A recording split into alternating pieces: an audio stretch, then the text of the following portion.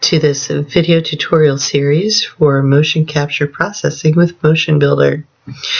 We're going to start with Autodesk Motion Builder and some motion capture that we've received from the Motion Capture Studio. It has been cleaned, and so it is ready to bring in, process, retarget, and loop for game. So to start with, we're going to go ahead and go to File drop-down menu. And in this case, we're importing motion capture data. So we're going to use the motion file import option. Navigate to your walk cycle, and you'll notice that you have 3 TRC data files. You're going to choose the one that says cleaned, but it does not say unnamed. The 2 other files say unnamed. So go ahead and select on that one and open that.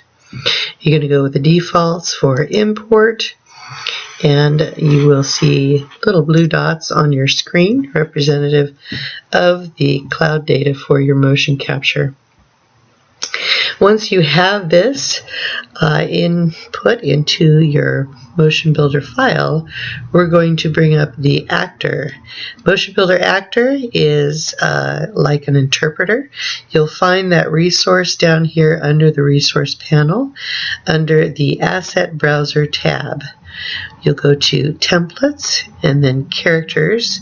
Inside Characters, you'll have a series of nodes that will help you do various processes in Motion Builder. We're going to go for the actor. Just click and drag that right in the viewport, and it will produce an actor inside your viewport. Now, what we need to do is align this actor with the motion capture data. To do that, you have, first of all, your viewer has several navigation options here. If you are in the perspective view, you can tumble around using this icon. You can go ahead and side by side, dolly around, zoom in and out, and of course tumble. You have other options inside view. Your orthographic viewports are also in here. We're going to start with the front orthographic view. Over here to the right hand side, these are tools that will help you select your objects in your scene and move, rotate, and scale those objects. Now, the interface under Character Controls has to do with the actor that's currently in your scene. This is the internal device rig that Motion Capture provides, or excuse me, Motion Builder provides in order to retarget the motion capture data. Now, display also has X-ray mode there. It'll help you to align your data or your actor to your data. I'm going to go ahead and zoom in. We always work from the root out, which is the hip node normally. So I have selected the hip node, and I have selected the translate option. I'm just going to center that on the blue squares here. The blue square is representative again of the motion capture markers that are placed on the performer. So centering those, now I'm going to go ahead and go to the orthographic side view, zoom in, and also center the hip node between the nodes for the hip and the nodes used for the sacrum in the back. Once that is done, we're going to go back to the front view, and we're going to move the limbs in place. Now, just like the human IK skeleton inside Maya, you're going to want to move these limbs as little as possible. So just like we learned for the Maya HIK, you're going to grab the parent node, the top node in the string, and rotate that top node, keeping the leg straight and positioning the ankle right between the marker data.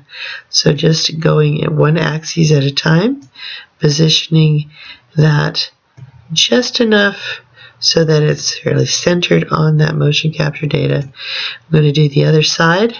Do not use a mirroring tool to do this because the performer is likely not symmetrical.